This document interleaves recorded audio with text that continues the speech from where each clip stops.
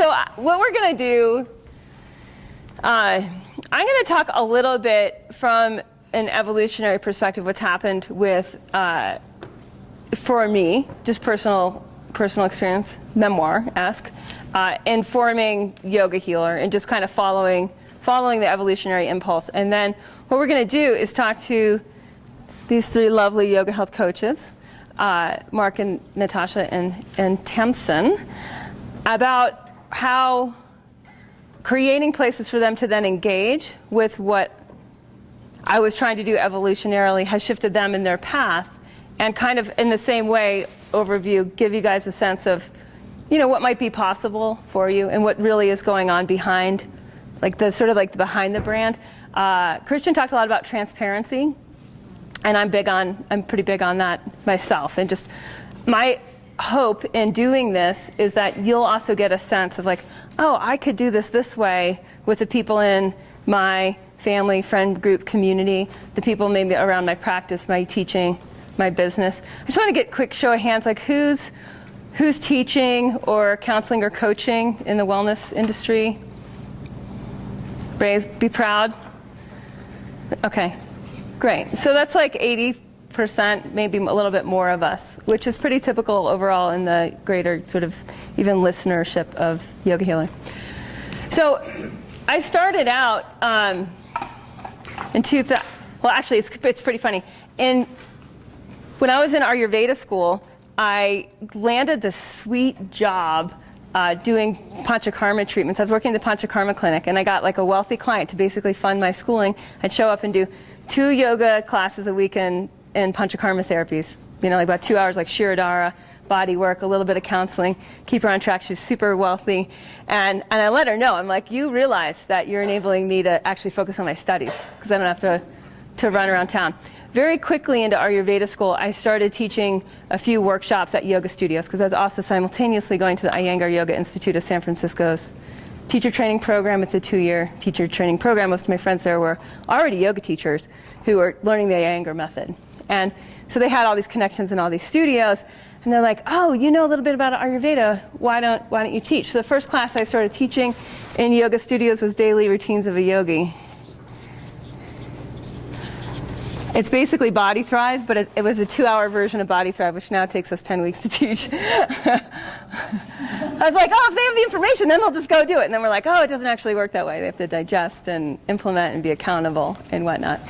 And I developed also Optimal Weight, Optimal Energy, another small workshop that was really based on some very basic Ayurvedic principles. I did, a typical type of constitutions, like what's your constitution class and that sort of stuff. And very quickly I realized that for people to actually get traction in Ayurveda, that they needed to go through a process together, through a change process together. I moved back here in 2002. We bought the shack on the highway that you'll get to visit tomorrow. It's now the compound. It was the shack. It was called the Unabomber Shack. When we bought it, that was the name for it because it was a tar paper shack. My husband is a jack of all trades, and so we've always been low overhead model. Got in, bought this place, and a few months later, I realized I needed a space to practice because there was another shack. There's a lot of outbuildings in Idaho. I don't know if you guys have noticed, but like the newer houses have garages. But any house that's older than 20 years generally did not come with a garage because it only snows 8 months of the year. So who needs a garage? Right? That's true. I came from the East Coast. Everyone had a garage. I had no idea how the thinking happened around here. But I turned one of the shacks on my land into the Ayurvedic medicine shack. But soon I was like, I need to upgrade. Like I can't work in a dusty shack.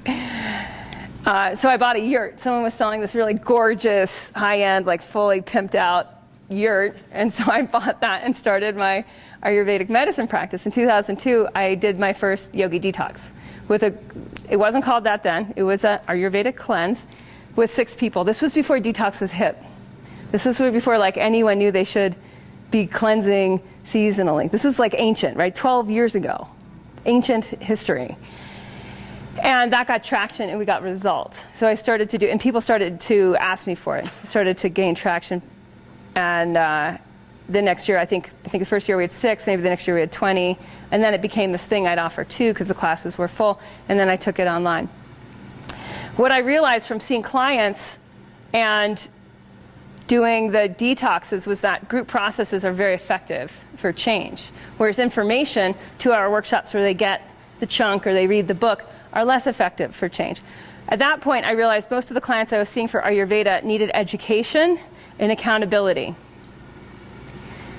at least as much as they needed information. They want, and the way that it was all set up was, I do a consultation. It was maybe at the time $80 an hour, and they invest all this money. It's, absolute barrier to entry to people that don't invest in their wellness at that price point. And it wasn't that effective because there was no accountability, and there wasn't actually much education. Instead, it's like I take your pulse, I look at your tongue, I ask you all these questions about yourself, and then I tell you what to do, which might include a little 10 minutes of education in that hour, hour and a half. So then I thought, I've really got to do this course where people can understand how to own their body over a period of time. And that started the Ayurvedic Living course, which is now the Living Ayurveda course. So we have Yogi Detox, and then we have the Living Ayurveda course. What year was that? Living Ayurveda course started in 2005. Indy was born, well, it's going into its 8th year. So somewhere right around there. Indy was born in 2006, and I had her I was halfway through the course when she was born. Yeah, so that's a good idea. Like 2002, this is 2000. This is 2002, 2005. What I want you to hear is it's just responding to need, right? Yoga teachers are saying, hey, we need Ayurveda in our studios. I'm here realizing people, they don't know how to move into the seasons, right? And just seeing like a lot of stuff can be prevented. So I advertised it as like if you get issues in the spring, congestion, allergies, asthma, if you get issues in the summer, headaches, you get wrung out, a lot, you hear people burn out, then do the detox first. Then I noticed from my clients, like, what they want isn't on the market, so I have to put it on the market. And it's going to be hard to sell because there's no competitors. When you have no competitors, it's harder to sell. Right now, it's actually easier to sell a detox because most people have the idea, like their neighbor's done it, their friend's drinking green smoothies, so-and-so lost 40 pounds and looks great now, and like it's in culture now. It's easier when you have competitors. Then there wasn't, but I had enough of a list, even in 2005, which is kind of amazing, from doing traveling workshops, kind of like Mark does, where people were just like, I want more of whatever she's talking about, and so I'll sign up. So we started that. People came out of Living Ayurveda, and they are like, this is great. A lot of them are yoga teachers or massage therapists, body workers. I get a lot of nurses, a few doctors, and they're saying, how can I bring it together with what I'm already doing? And what I found early on with that is like, you need the business skills. So we started the Mentors program, which became the Yoga Healer Business Course, YBC, and that probably started, I don't know. I did it on your first, so it was 2009? It probably was around 2009. Well, that sounds good. That sounds really good. Yeah. And so we started talking about these concepts. We started talking about money. We started talking about, how do we actually deal with some of our own shadow issues and start to develop these other parts of ourself, whether it's the technology, the financial, that sort of stuff. And that has gone through a massive transformation now with the business course being on how do you create your own signature system, looking at this as a signature system in itself and just copying the business model. Very transparent. This is exactly how to do it to hit price points, earn six-figure income, whatnot. So that's become much more formal than it used to be. It used to be a lot more process work oriented, we had a blast. We had Cindy Lou Golan once a month. I mean, it was this amazing integral therapist, PhD. She hangs out and does stuff with Ken Wilber all the time. Like she's brilliant, and we had her in. I should actually ask if I can share some of those recordings because they're potent. What's her name? Dr. Cindy Lou Golan, Golin. Yeah, and there are some great podcasts with her, just on the podcast. What I realized was that there was still a lot of gap bridging between the Ayurvedic community and the yoga community. There's a lot of gap between a lot of wellness traditions and people actually having the habits, just the proven body habits of dinacharya that work. And it's not like they work for you and not for me. It's just that they work if you have a human body. And so what I did is I pulled the business system that I've used and been heavily coached on and really refined over the years, and I combined that with the habits, the basic habits of Ayurveda, into the most effective, streamlined program that helps yoga teachers and wellness practitioners of many modalities. I mean, we do have doctors and nurses and massage therapists, Chinese medicine people, we've got yoga teachers, and really help their clients and students through a transformational process where they have to commit at a certain price point. So there's a lot about sales, marketing, and price points so people can actually commit and really be in with both feet. Like, okay, I'm gonna do this identity change. Like, I'm gonna change my habits. Because habits, remember, actions equal habits. You change your habits, you're changing your identity. Right? And so we did all this work around how do you change your habits, identity change, based on Ayurveda, and then the sales model to back it up so that we can have successful, thriving, financially thriving, that big financial piece. I don't want to minimize that in terms of all of the different forms of capital, because it is one that we do need, right? And so how do we actually get that piece taken care of, and then all the other parts of capital can actually maximize at another level. It's like that whole idea of Dharma up. So I just wanted to give you guys a little bit of overview of why when we, so that's yoga health coaching. Okay. That what this has been for me is a process of co-creation. Right, like co-creating with what? I mean, something you could say, oh, it's co-creating with spirit, like, like waiting for the download. And it is. There's been a ton of just like download type, like get this, like do this, let's get this out and do this. But when I really look at it, the download has come when there's been an inefficiency, right? That my Living Ayurvedic course graduates have these skills and are inefficient in getting them into their communities. And are inefficient in maximizing the return on their investment in terms of all the forms of capital, including the financial.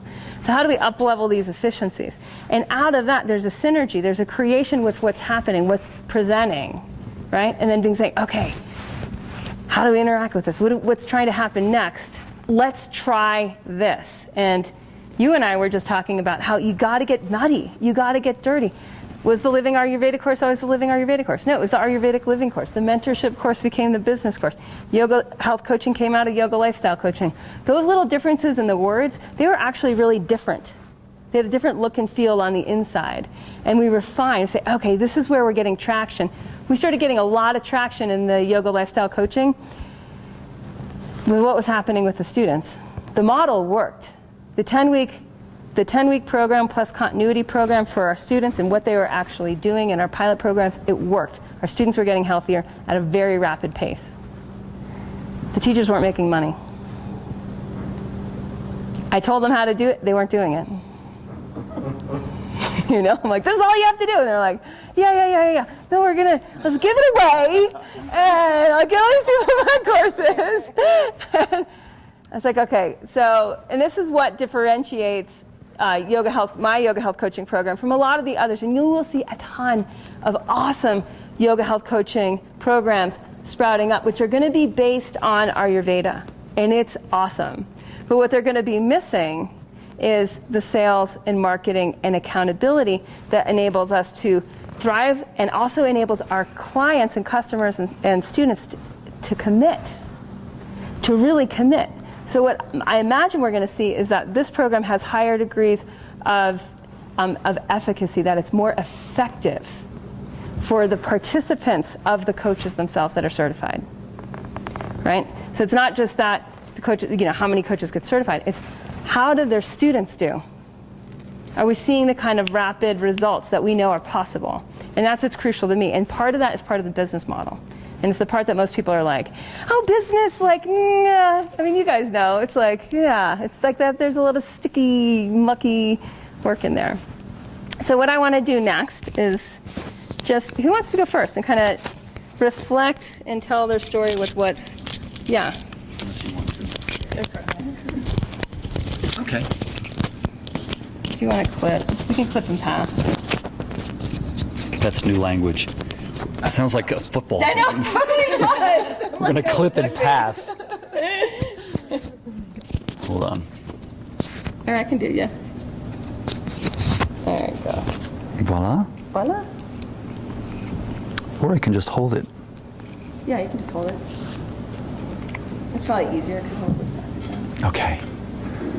Mark Holtzman. All right. Yoga Glow and markholtzman.com. So,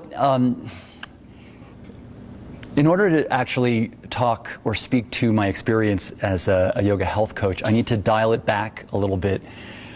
Way back, I won't spend too much time in my childhood, but I do need to dial back and talk about Dharma a little bit and what I've always felt that my Dharma was, because it actually plays a very big role as to how and why I found this program.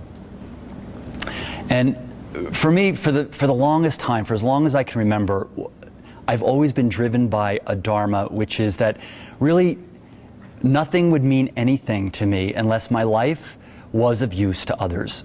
That was like an overriding thing, even at a surprisingly young age. And that I wanted to make the world a better place. That was like a driving force. And the reason why I even bring that up is because my career path has been one of incredible trial and error. I went to a prestigious university. I was an accounting major. I got my CPA. I'm embarrassed to say that when you ever see how I was running a business before I met Kate. But I was a CPA. And I left that when I was like 22 years old because it didn't meet the Dharma thing. I wasn't fulfilled on a very fundamental level. And there were a series of other trial and error, and that was a big deal because when I called my parents and told them that I was leaving the accounting world after literally we had invested thousands and thousands of dollars into my education, and I still had loans outstanding. I only worked in it for 2 years. And I told them I wanted to leave and I wanted to be an actor. And the reason why I bring this up is because there was a pattern, and a good pattern, where I could not stay in anything if I didn't feel like it was meeting my Dharma. And I couldn't understand. I get this like really itchy, like I couldn't even exist in my own skin, which I can never understand why my friends who also didn't like their career path, how they couldn't leave. It was like unbelievable to me. Like, how, anyway. So there was another Dharma, and there's a few other things that's happened. Like I left the accounting world. I came out to my parents. I told them I was gay, and then I told them I wanted to be an actor. That was a really intense. That was an intense year. Because one of the other Dharma points was, and this is now even in my yoga career, I've had many careers. If how I'm evolving or how I'm teaching, let's say for this, how I'm teaching or how I'm evolving in the world, if that's not matching or reconciled with how I feel, the truth of who I am, I can't do it. I literally cannot do it. So that's, like coming out of the closet. It's all the same thing. Leaving the accounting world, coming out of the closet, the whole thing is like, oh, what's going on out here? My outer body has got to reconcile with the truth of my inner being. And so a lot of careers, trial and error, trying to figure it out. I didn't take my first yoga class until I was 38. I didn't become a yoga teacher until I was 40, which is relatively, I'm 52 now, so it's relatively late. I only started like 12 years ago teaching. And I've had, I don't want to say luck, we don't want to say luck, but because there's been a lot of fire, I've had great success in my yoga career, I have to say. But so I actually got into the right zip code, or in the ballpark with what I wanted to do. Is like, okay, now I found yoga, so that was good. So like, thank God. I mean, it took me until I was 40, but at least I got into the right field. And then I was satisfied with a lot of things, like I was meeting my Dharma and all that in many different ways until I was outgrowing it. For example, I was very happy to have private clients, for example, and to be able to make a living solely by teaching yoga. That was a big deal for me, especially in Los Angeles, where there's like 10 zillion yoga teachers. To be able to make a decent living teaching yoga was like a big monumental thing for me. And then I realized I had clients who didn't really give a shit about what I was. The money was great, by the way. In Los Angeles, we charge a lot. Charge a lot for an hour. And so I was collecting a lot of money, and I'd have this big entertainment industry clientele.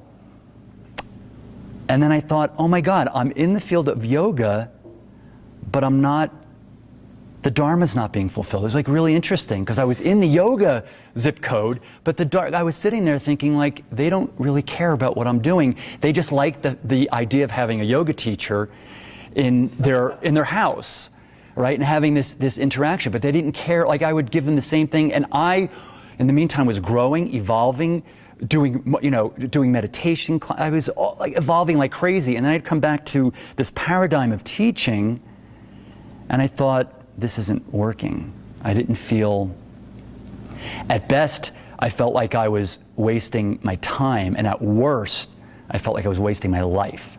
And that is it's a horrible feeling, and I feel that a lot. That's why I have no problem, even if there's a lot of momentum behind me, like all these years of college and money behind it, I have no problem letting go of it if it's not right. I have no problem. So I moved to Paris because I wanted to. It's like I have no problem letting go. It's one of my strong suits. It's like if it's not working, it's gone. It's gone. So there was Yoga Glow, which is, I love teaching on Yoga Glow, and there's the travel teaching workshop thing. That's also fulfilling in many ways, but what's lacking, which I started to find in yoga, in the YHC, Yoga Health Coaching, is I realized I was missing an intimate, ongoing relationship with students, because even with my travel teaching workshops, it's sort of a hit and run approach. Like, I go, I do my teaching, and then I never see them again. I actually leave, and I don't get the benefit or the thrill of seeing any kind of transformation. I do it, and there's great, and I get great feedback from Yoga Glow. You can write comments, I get emails. Or when I'm teaching, I get a lot of emails after that. So it's really gratifying that I'm doing the right thing and I'm getting that feedback, but I'm missing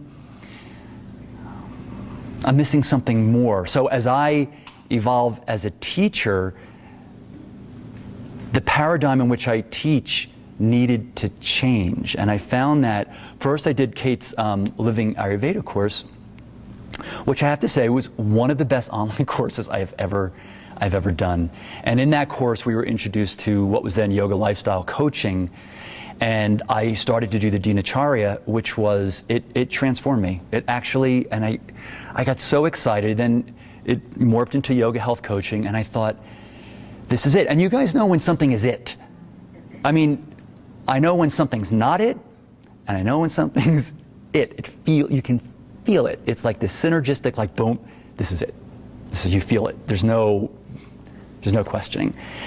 And so when I went through the process and now to becoming a coach, one of the things that I realized that's like revolutionary for me that Kate had pointed out in this process is I get to choose the student. I've never ever had that experience before, because in most of the ways I've been teaching, it's sort of a passive thing. Like, I show up to teach, and whoever comes, and that's also great. But to actually be to teach in a template or a paradigm in which I get to have a strategy session and choose a student, and then I've taken two groups, one individual and then a group of three through the yoga health coaching, the 10 habits. I saw the power of what could happen when you actually are able to choose the student instead of just letting the student come to you, because then the transformation was like, oh my God, it was like exponential, because it's not just me giving, it's them meeting me halfway, and then incredible things started to happen. And I thought, oh, this is, and I just, basically the whole yoga world began to open up for me, and I just saw all these possibilities of how I could teach and what I could teach, because after a while I was a little tired of teaching downward facing dog. You know, I thought, well, am I going to teach downward facing dog for the rest of my life? I mean, I love teaching and I probably will continue to teach it, but there's so much more. And so what I got from this is that there's so much more. Once you get a glimpse of so much more, then even more doors begin to open. And so I feel really, I don't know, it's a really gratifying experience to have the Dharma met on all levels, including that my own evolution and truth of what I want to offer is actually matching what I'm actually doing. Like the desire is my teaching is matching the desire. And so it's really been an awesome experience, and I can't wait to do more. So I'm really just starting out. I've just finished YHC, or still in the process, and it's been pretty amazing. So transformational, really. And I get to see the students transform and get more of an intimate contact with them and check in with them, because I felt like I wasn't intimate with my other students in that certain way. Because we're taught as yoga teachers, like, don't get too involved with your students, don't get too personal. And for this stuff, you have to get pretty personal. So I had to break that paradigm and that samskara, like, oh, I can't ask too many questions. But that's how the evolution really takes place, is to be able to get that personal. So that's my experience. Thank you. You're very welcome. And I want to just comment on, like, this is so brand new. Like, and this is what it means to be forging into the unknown together, right? This is what co-creative process really looks like, where it's like, you guys, what's working? How are we doing? Where are we getting traction? Where does the spaghetti stick to the wall? Okay, let's do more of that. You know? And this is what happens. It's just like things get really lit up, and we can change really fast too. Tactics, like we brought in so much habit change science this year, and we're getting awesome results with that. And there's something to that. There's something about being part of something and co-creating with, and knowing that's what we're doing together. And that's what I just really want to say. It's like, yeah, there's no one more experienced than these guys. Right. And yet they're not certified yet. Right. Like, that's how in the beginning this is. And it's to me, it's like, it's so exciting, because I can see from my career that when I plug in, things get traction. We've had yogi detoxes with 300 students, and I'm like, things get traction, right? And I'm not worried about that part. It's like, it's more of like just the feeling of like, wow, we're in the beginning, we're doing this together, it's really working. Yeah. And I was just kicking your butt yesterday about like systems, Mark, and processes. He's like, all right, enough. Right. Okay, I get it. I need them though. We Right. gotta do it. Right. You know, and this is part of what it looks like. So I just wanted to share that, because we're all doing this in our lives, but it's also neat to see on the inside what it actually looks like. And it's also, I mean, as far as a growing edge, I mean, I'm so used to teaching that I've not been challenged with a new paradigm of teaching. I mean, when I think back of when I first taught my first yoga class, it was like over a decade ago. It's been a long time since I have been put in the fire to do something that I don't know how to do, to actually teach. Right? When I brought my first group through the 10 weeks, I was petrified. I was like, I can't believe I'm teaching something that I'm petrified about. I haven't been in that position in so long. Questioning myself, not sure, is this right, insecure, the whole thing. That's what makes you grow, though. That's totally what makes you grow. I was like, oh my God, it's a growing edge. It feels edgy. But You have to suck it up in this community. I know, really. Right. So. Thank you. You next. I'm really nervous. So Natasha is, one of her growing edges is voice. And so we can all really hold the space. for when we're working with boys. I was telling Natasha this morning, I had this aha moment, this epiphany. If you guys notice that I can project my voice for extended periods of time, I was like, well, how come I can do this? Was I bored with it? And I was like, oh no, I wasn't bored with it. I was trained as a goalkeeper. A goalkeeper's voice has to hit the other end of the field. Right? And I'm like, oh, and I was well trained. I was talented. So I got great coaches. I got private goalkeeping coaches in high school. In college, I played with the men's team, so I'd be ready for the women's games at a whole other level. I was trained to hold a goalkeeper has to hold their end zone, like hold their ground, and has to direct so they have the best view of everything that's going on the field. So when I was sharing this with Natasha, I was like, if we haven't been trained in something, we can't personalize it. It's just like I was telling Mark, it's like if you haven't been trained in systems and business systems and lead generation and sales and in creating financial goals and hitting your targets and all that, like you just need to get trained, and it's not personal.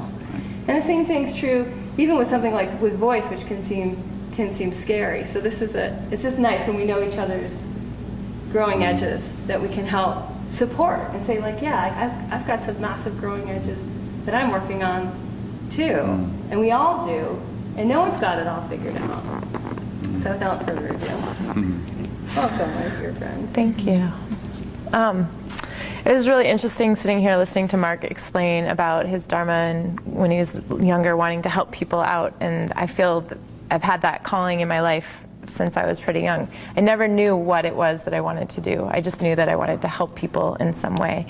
And the traditional mindset at the time is like, oh, well, maybe you'll be a doctor or something. Well, I can't stand blood. Like, I'm so squeamish. I'm just like, it's interesting, since I've started teaching yoga and we had all those anatomy classes, I was at first like a little put off, but now I'm kind of into it, but I'm like, I don't think I could do the dissection thing. But anyways, so that's what you think kind of like traditionally, like how are you going to help somebody?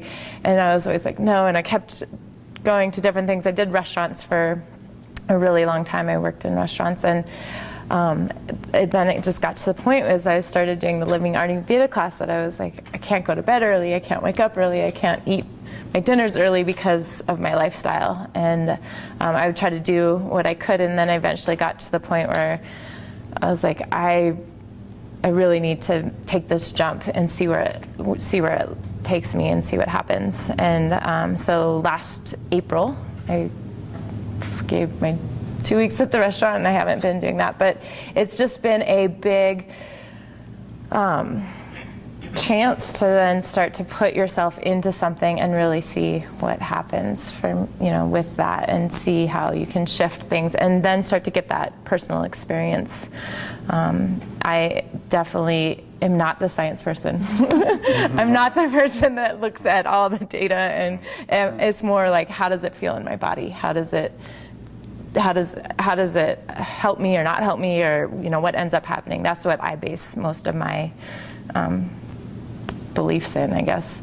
And so having those experiences when I was able to do that, and then with helping other people walk them through this process and walk them through this program with the yoga health coaching and see their shifts and their changes and feel like you're actually helping somebody, and you're helping them to feel better when they wake up and feel like they can show up in ways that they weren't able to before is pretty amazing. It's pretty powerful. And I have kind of put off doing some of my strategy sessions with people because it's that, like, having these intimate conversations with somebody that maybe you've never had this conversation with before.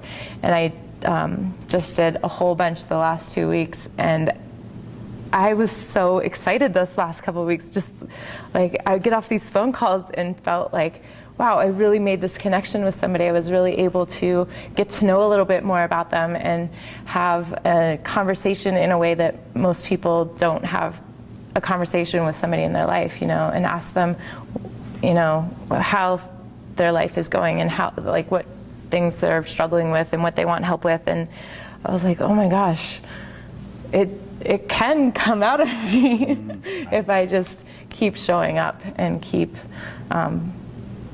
keep trying to put that out there. And so that's really exciting for me.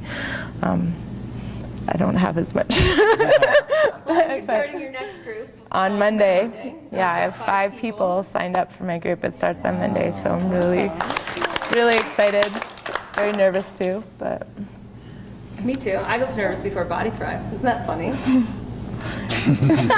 I know, because I just think like it seems so natural. Like watching you, you get up here and it just comes out.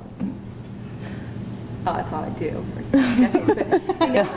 But yeah, like that. I think there's something to that edge. It's like there's a nervy thing. Oh, I haven't done this before. Okay, and yeah, and I want to say too, like a lot of us had strategy sessions to come into Living Ayurveda course or come into the business course or yoga health coaching, and because of that, I mean, I remember with you, Ruth, it was really clear that you were ready for a shift. And there's something about that, really being able to have a structure around your business that allows you to get really present with where someone's at and what's really most important to them, and whether or not you can honestly meet their needs or not, and if not, to refer. And there's something with that too, that then it's like, oh, I can totally help you get to where you're trying to go. Like, I know how to do that. And when you feel that inside, and you can make an offer, and someone can then accept an offer and go on a journey together, that there's an amazing safe space that happens on that journey, because you already really know what they're up against and what they're starting with. And I don't know, there's a level of intimacy, I think, in the connection economy and really good enterprise that is a huge part of what we do in this. It's what we do in the business course as well. That's something that to me is it's just really exciting, because a lot of this stuff we didn't learn, and so when we do learn it starts to help other people engage with us in a more safe environment where we actually have a much better idea of what's going on.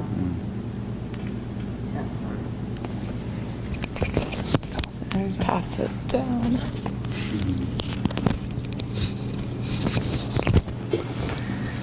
Hello, I'm Tamsin Aster-Jack. I'm from London, if you couldn't figure out from the way I talk, although I've been in the US for 12 years. My journey is more of a personal journey about motherhood and losing myself in that role, and then how I've kind of clawed myself back, brought my identity back forth. I had my first child in 2004. I had 10 weeks of unpaid maternity leave. As a postdoc, went right back to work. Kept breastfeeding until he was 1.5, kept going, had a second child.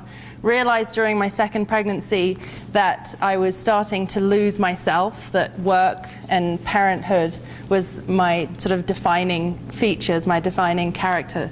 And so I stopped working and then threw myself into the world of being a stay-at-home mom of 2 little boys, which was a complete shock to the system. And the only thing that brought me any kind of sanity and peace was yoga. The end of 2006, when my kids were 6 months and 2 and a little bit, my husband went on the job market. We were in St. Louis, and we ended up traveling all over to see the different places, and ended up in Cleveland, Ohio. And so we moved there in 2007. I started to quickly realize that I needed engagement. I have a PhD in neuroscience. I've done research in education. I require and desire on a regular basis, intense intellectual stimulation. Otherwise, I stagnate, So I approached a whole load of local museums, because my previous research had been linking museums to schools and bringing museum educators into underperforming school districts. Realized that there wasn't a lot of money in that, and I didn't want to spend my time trying to write grants. So I discovered a yoga teacher training. And I did that and started teaching and thought, oh, this is great fun. And then a month and a half after I started teaching, my second child, who was 2, was diagnosed with cancer.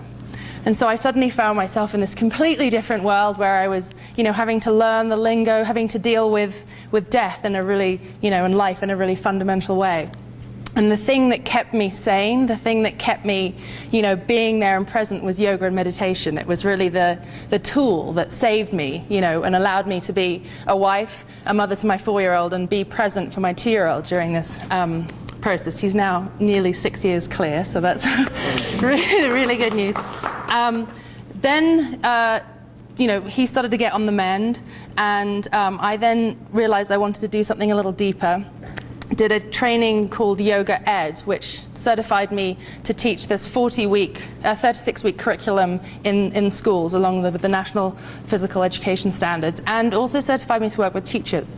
So I started doing workshops with teachers and therapists and counselors how to use yoga and meditation as a tool for management. And I started to find that really rewarding, and started working with groups with children with autism and ADHD and Asperger's, and started finding that kind of work exciting. We then had a third child, added a girl to the mix, which was really fun. I'd been pushing for it. My husband was like, no. But then when our second child, 3 months after his first diagnosis, they thought the cancer had come back in his neck. And the kind of cancer he had, it comes back in a year and it kills, or it doesn't come back. So they took his adenoids and tonsils out, and during Obama's inauguration, we had this horrible week as they cultured the cells to see, is it back? And it wasn't. And at that point, my husband was like, all right, let's embrace chaos. Let's have a third baby. And so we did. And so then I gave myself back to that role of motherhood and nursing and being involved in that. And then during my pregnancy with her, did my 500-hour yoga training, because of course I can never really sit still completely. And then through this period, my insomnia had got really bad. And then I started getting food allergies, and my doctor was going, well, maybe you've got gluten intolerance, your mother has gluten intolerance, what's going on? And I was getting really frustrated with the doctor going, oh, well, cut out this food group, or take this sleeping pill, or do this. And I just thought, you're not looking at me as a whole. You're treating, my brain, or you're teaching looking at my kidneys, or you're looking at my liver, you're looking at myself. You're not looking at me as a whole. And I started looking into Ayurveda and read Perfect Health by Deepak Chopra, and was really struck by how intuitive it was. The dosha theory particularly. I suddenly was like, oh, my husbands are this, my mums are this, my dads are this, and then I would make them do the test to see if my diagnosis, was correct. Because of course, being a scientist by of course, and being a scientist by training, I was like, I can't just guess. I have to then actually get them to do it, and made them do 3 tests, so that I could average it out. And of course, they all went along with it because they know that's how I work. And then in 2012, my husband and I were really struggling. He was going through the tenure process, and he was getting more and more, he was being treated incredibly bad at work, and that resulted in him treating me badly. And so I set all these systems up in place to make my life function without him, so that I could get up and look after the children and work and be engaged. And me and a girlfriend at this point decided that we wanted to start taking trips without our kids and husbands. And that's how I met Kate 2 years ago in New York at the Ayurveda for Yoga Teachers. And then I did the Living Ayurveda course, because I came back home and realized that my red meat, coffee drinking, red wine drinking husband was never going to get on this page, and that I needed the support. And of course, being an academic, I knew that community and social support are what help you, and what is more important actually to your health in the long term than whether you smoke. I mean, it's extraordinary whether you've got a history of family, heart. It's community, it's social connectedness. So I did that. Then I did the healthy hormones. And during that period, I realized that I'd spent half my life either on the pill or pregnant and nursing. And was like, all right, I'm done with that. I'm coming off the pill. And my husband was like, no. And I was like, yep, I'm coming off the pill, I'm done with that. Because I was starting to get horrible PMS. The kind of like, I'm a failure, I can't manage with life, and my doctor was like, Prozac. And I was like, no, I don't want to, this is wrong. You're just adding it up. So I came off that, got myself all sorted out, and was, desperate for doing something more, and was finding that the Dinacharya practice was really helping me. And that's how I ended up doing the yoga health coaching. And so for me, what I really want to do, and the community that I want to work with, is moms. For me, I found this transition. For me, the getting up early was the biggest transition. I realized that for 10 years, I'd woken up when a kid had woken me up, or an alarm had woken me up based on my job or my husband, right? It was not my choice. And so that for me was a huge shift in setting my alarm at 5 and getting up in my terms and having an hour and a half before anybody would engage with me on any level, right? And having this time to, do the Abhyanga, meditate, rather than kind of trying to fit it in around the rest of my life. So that was really what the journey was the sort of, me on my career path, getting stuck into that world of family and motherhood and caring and dealing with all the stresses of that, and then swinging back out again. And I recently said to my husband, slightly nervously, I don't need you. I want you, but I don't need you, because I've got to this place now where I can look out. And like that, I think it's the Khalil Gibran reading that you often see in weddings, that a successful relationship is not one where you look at each other, it's where you point in the same direction. And that has been really my shift. So I really want to work with mothers, particularly mothers of children with special needs who, take on a lot and are constantly trying to, navigate so many roles. So that's me. And what I want you to hear too in this is how there's a huge part of what we do is figure out who we are and who we want to work with. And I don't want any two yoga health coaches to be alike. That's not the point. It's not cookie cutter. It's not like curves where you walk in and it all looks the same. It's like, oh, you're a mom who's got autoimmune disorder because you haven't dealt with self-nourishment. You're going to work with Tammy. And it's like that. It's like building these structures around being able to refer to particularity so that you can really own your story. Can you hear the stories? So when we own our story, then we can attract people who can take comfort. They can relate and be like, oh, I'm where you were, right? And now I want to be where you are. So I want to work with you. And there's that traction, and there's obviously multiplicity to our stories, but there's different entrance points. And as we become more aware of that, and we do a lot of this in both the business course and yoga health coaching, where we get really clear on who can get traction through us to get from A to B. Thank you all. That was awesome. And yogabrained.com. Tammy's an awesome blog, and she's continuing to put out more and more stuff. And what's nice too is a lot of where yoga health coaching, where the blog is going, is it is the coach's blog, so we can republish anything from our own blogs onto that to get, just to help basically grow a nascent industry. Yeah. Does anyone have any questions for any of the yoga health coaches? Natasha, what exactly are you doing?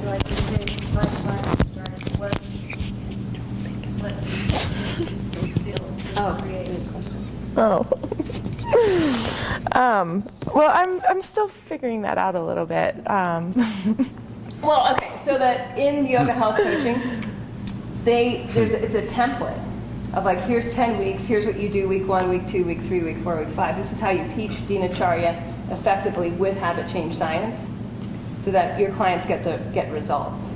And our 3 main metrics are better energy, deeper rest, and a better diet, right? Which are subjective, but they're measured by the clients themselves. So saying I was here and now I'm there.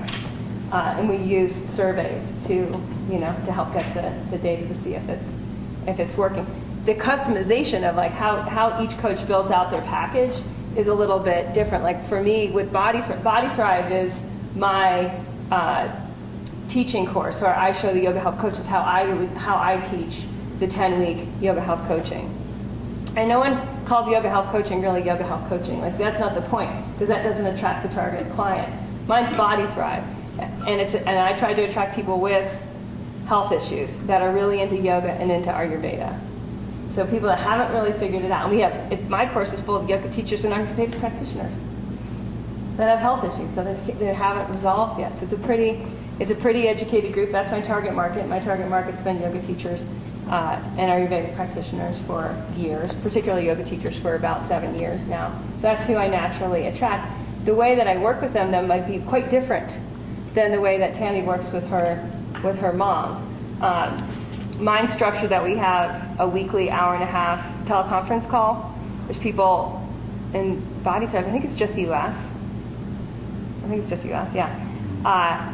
And then I have coaching gyms, and it's all public, but in a coaching gym, it's you reserve a 15-minute slot where I do laser coaching, deep listening, and then I give you anything I can that's going to help you make that next pivot, that next shift into the end goal that you've told me that you're trying to hit.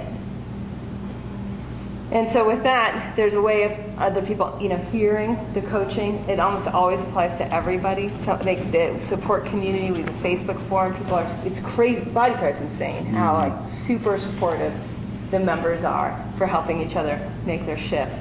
And I teach this, how do you build a support container? But then, some people will have body work in theirs, in their programs. Other people will have more group stuff. Other people do more one-on-one stuff. But it's based on just teaching these nine habits in any order you want, habit change science, and getting traction. But go ahead. I just wanted to. My program is called Befriend Your Body.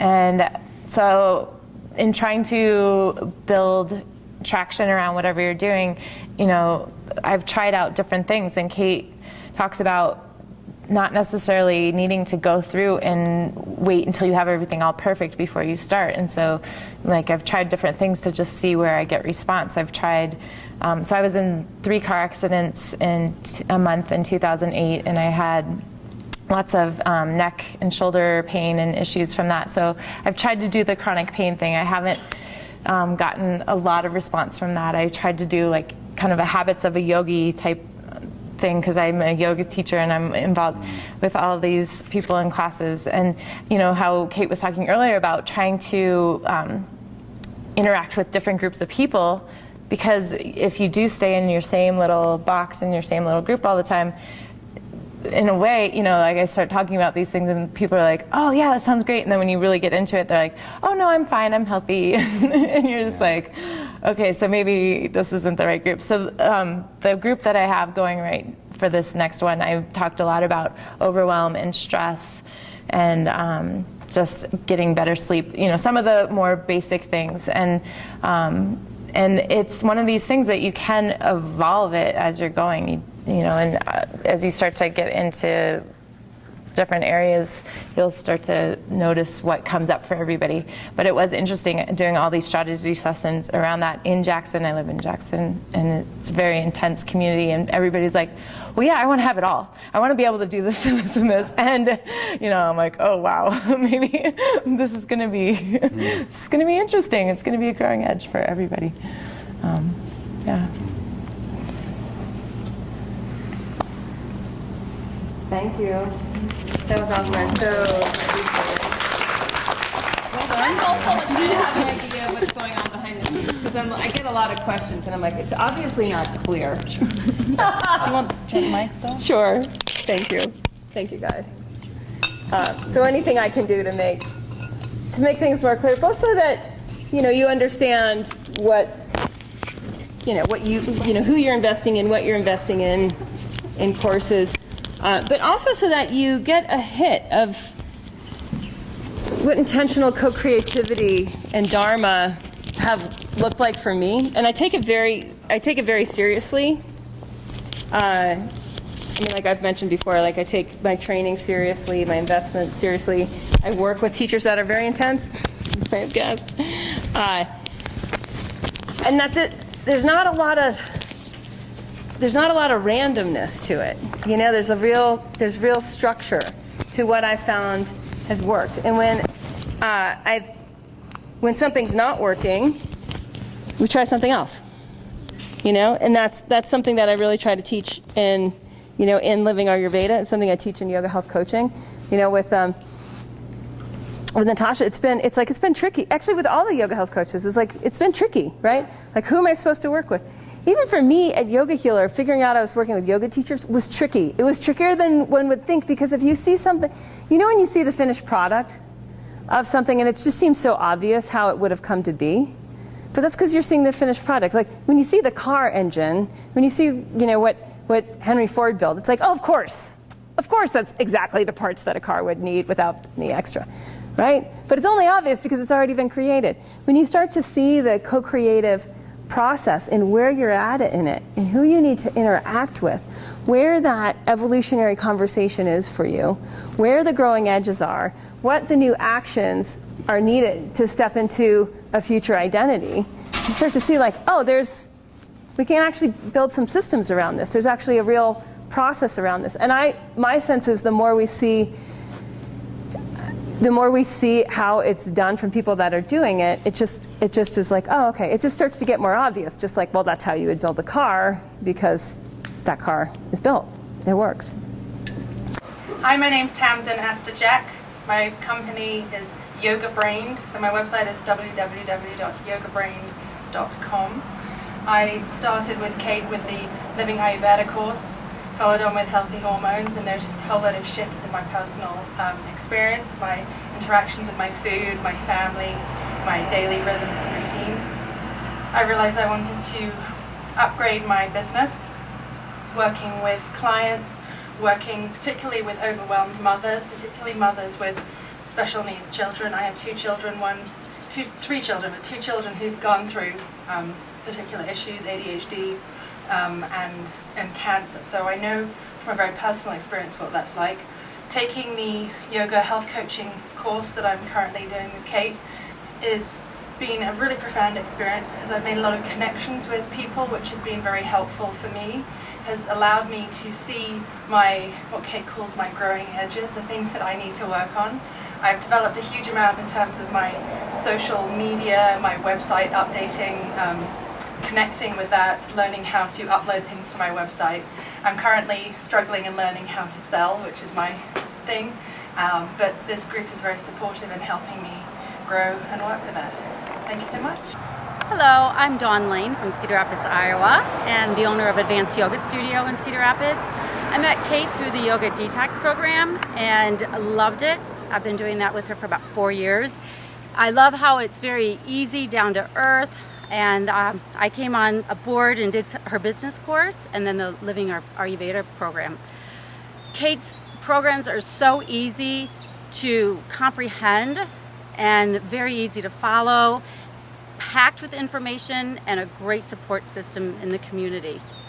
Just love it. TanyaMark.com, and that's Tanya Mark Body Nourishment Wisdom Coaching, and I am currently in the yoga business course, and I had a serious aha moment. I think it was about a week and a half ago. I was feeling a little bit stuck and trying to decide where I wanted to go, and I have to say the business course, what Kate has given me and has been super valuable is the just do it. Just do it. I'm always on that verge thinking I needed to learn so much more, and I know that you could just learn until the day you die, and it's like, just do it. She gave me the confidence, knowing the kind of market that I work with and target market, that, it's always about doubling.